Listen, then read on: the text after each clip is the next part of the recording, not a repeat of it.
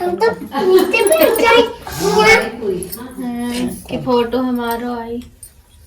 अब हमारा आई।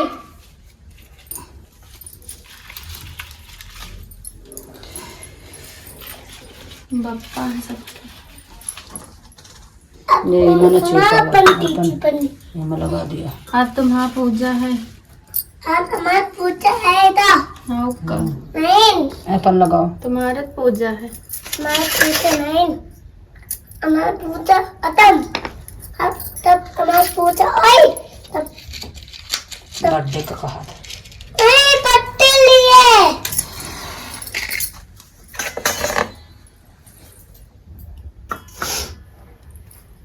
पूजा है ना आज। आप पूजा नहीं।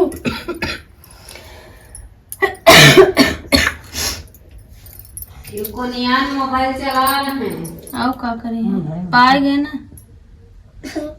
जान गए होंगे कब रिचार्ज होगा। ए मम्मी ये तो चीज अबे रिचार्ज नहीं रहा ना 3-4 दिन। अपन लगाओ। हाँ, पहनो पहन लियो। चेते नमता जान गए कि जानो रिचार्ज होगा और हुआ से बंद कर दे तो एक खोले तो लिया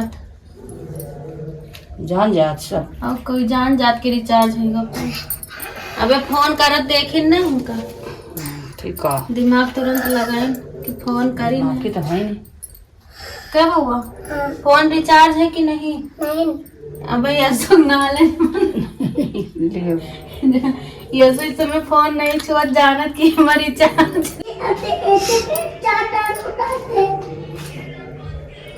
ये किताब नहीं उतारे ना। पूछन तो रहा किताब। अरे देख तो उठे नहीं तो पूछ ले तू। भूल गया ना अब भी नहीं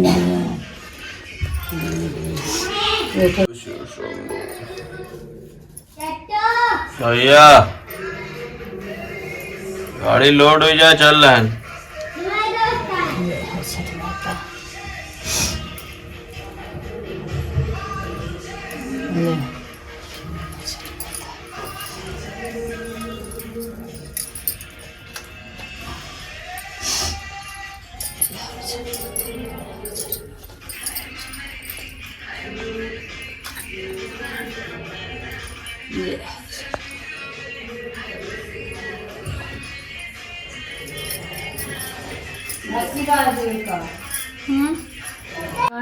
इस जगत में पुत्र प्राप्ति की मनोकामना पूर्ण करने वाला कौन सा व्रत उत्तम है। तब भगवान श्री कृष्ण बोले, हे राजन, हलछट के समान कोई दूसरा व्रत नहीं है। युधिष्ठिर बोले कि हे महाराज, यह व्रत कब और किस प्रकार प्रकट हुआ। श्री कृष्ण जी बोले कि हे राजन, मथुरापुरी में एक राजा कंस था। सुर नर सभी उसके अधीन थे। राजा कंस की बहन का नाम देवकी था। वह विवाह के योग्य हुई तब कंस ने उसका विवाह वसुदेव के साथ कर दिया। जब वह विदा होकर ससुराल जा रही थी तभी आकाशवाणी हुई, हे कंस, जिस देवकी को तू प्रेम से विदा कर रहा है इसी के गर्भ से उत्पन्न 8वें बालक द्वारा तेरी मृत्यु होगी। यह सुनकर कंस ने क्रोध में भरकर देवी और वसुदेव को बंदी बना लिया और जेल खाने में डाल दिया। समय बीतने के साथ देवकी के पुत्र पैदा हुए। कंस एक एक करके सभी को मारता जाता। इस प्रकार जब देवकी के 6 पुत्र मर गए तब एक दिन देव योग से महामुनि नारद देवकी से मिलने जेल खाने पहुँचे और उससे दुखी होकर कारण पूछा। देवकी ने रोते हुए सारा हाल बताया। तब श्री नारद जी ने कहा, हे बेटी, दुखी मत हो। तुम श्रद्धा भक्ति पूर्वक हलछठ माता का व्रत करो जिससे तुम्हारे सारे दुख दूर हो जाएंगे। तब देवकी ने अपनी माता से माता की महिमा पूछी। नारद जी बोले, हे देवी, मैं तुम्हें एक पुरातन कथा सुनाता हूँ, ध्यान पूर्वक सुनो। बहुत समय पूर्व चंद्रवत नामक एक प्रतापी राजा था जिनका एक ही पुत्र था। राजा ने नगर के समीप एक तालाब खुदवाया था, परंतु उसमें जल नहीं रहता था। कितना भी जल भरा जाए तुरंत सूख जाता था। जलहीन तालाब को देख नगरवासी राजा को कोसते थे। राजा सदैव दुखी रहते थे और कहते थे कि मेरा धर्म दोनों नष्ट हो गया है। एक दिन स्वप्न में वरुण देव ने राजा से कहा, हे राजा, यह तुम अपने पुत्र की बलि दोगे तो तालाब जल से भर जाएगा। प्रातः राजा ने स्वप्न की बात दरबार में बताई और कहा कि मैं अपने इकलौते पुत्र का बलिदान नहीं कर सकता, चाहे तालाब में पानी रहे अथवा न रहे। राजा की बात सुनकर राजकुमार बोला कि मैं स्वयं अपनी बल दे दूंगा, क्योंकि मेरे बलिदान से मेरे पिता का सुयश बढ़ेगा तथा जनता को सुख मिलेगा। यह कहकर राजकुमार स्वयं तालाब की तलहटी में जाकर बैठ गया और उसके प्रभाव से तालाब तत्काल जल से भर गया। उसमें कमल के पुष्प खिल गए। सभी जल जंतु बोलने लगे। राजा यह समाचार सुनकर दुखी होकर वन को चले गए। वन में 5 स्त्रियां हलछठ माता की पूजा कर रही थी। राजा द्वारा व्रत विधि पूछने पर स्त्रियों ने माता की महिमा का वर्णन कर दिया, जिसको सुनकर राजा वापिस घर लौट आया और रानी से कहा कि तुम भी हलछठ माता का व्रत तथा पूजा करो। राजा की बात सुनकर रानी उसी दिन से व्रत रखकर पूजा करने लगी, जिसके प्रभाव से कुछ समय बाद राजकुमार तालाब से बाहर आकर खेलने लगा। राजा यह सुनकर प्रसन्न हुए और राजकुमार को महल में ले आए। तभी से रानी प्रतिवर्ष हलछठ माता का व्रत करने लगी। जय। दूसरी कथा। उज्जैन नगरी में एक पुरुष के 2 स्त्रियां थीं, रेवती तथा मानवती। भाग्य से मानवती के 2 लड़के, परंतु रेवती के कोई संतान न थी। सौत के 2 लड़कों को देखकर वह हमेशा ईर्ष्या में जला करती थी। एक दिन ईर्ष्या के वशीभूत वह मानवती से बोली, हे बहन, तुम्हारे पिता बहुत बीमार हैं, उन्होंने तुम्हें देखने के लिए बुलाया है। अभी एक राहगीर यह संदेश देकर गया। यह बात सुनकर मानवती अपने दोनों पुत्र रेवती को सौंपकर पति की आज्ञा लेकर पिता के घर चली गई। इधर रेवती ने सौत के दोनों लड़कों को मारकर गांव के बाहर जंगल में फेंक दिया। उधर मानवती अपने पिता को सकुशल देखकर चकित हुई और अनिष्ट की आशंका से वापस लौटने लगी। तब मानवती की माता बोली, हे बेटी, आज हलछठ माता का व्रत, अतः आज मत जाओ। यह बात सुनकर मानवती ने व्रत रखकर शाम को हलछठी माता का पूजन और प्रार्थना की। हे माता, मेरे बच्चों को संकट से बचाए रखना तथा दीर्घायु करना। दूसरे दिन वह माता पिता को प्रणाम कर अपने घर को चली। गांव के बाहर अपने दोनों बच्चों को खेलते देखकर वह सोचने लगी कि मेरे बच्चों को यहाँ कौन लाया।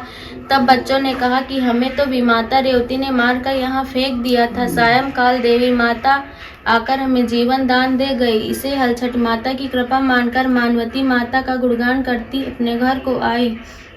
गांव की सभी स्त्रियां यह सुनकर आश्चर्य करने लगी और उसी दिन से सभी हलछठ माता का पूजा और व्रत करने लगी।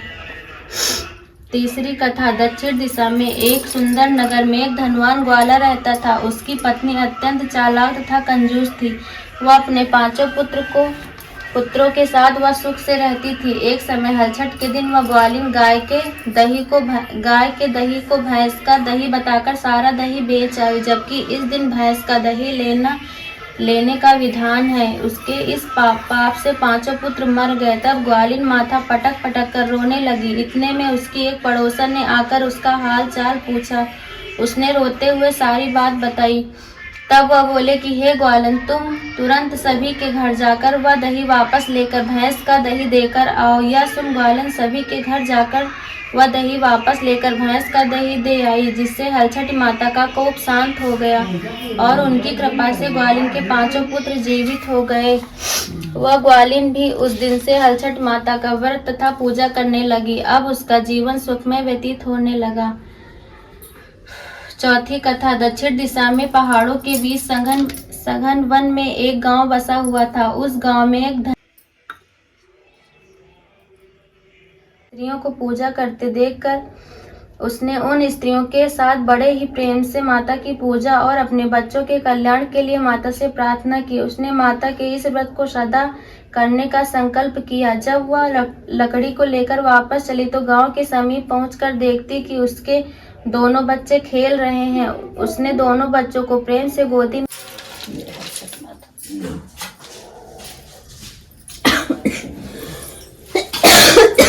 सबका पूजा करो, सब पूजा भाई। आशीष आ गया। जय हलछठ माता, जय हलछठ, जय हलछठ।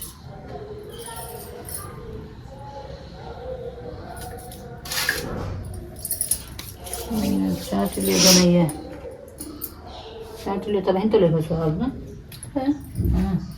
तब तो लेगा ना, ले बनाइए चाट लिए। महाराज चटनी पूछो। महाराज है प्रसाद आशीष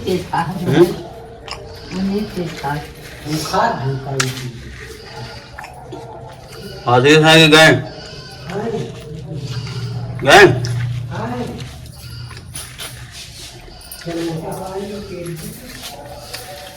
आजकल महाराज पैसा बहुत कमा रहे हैं। आज खाना न बनाओगे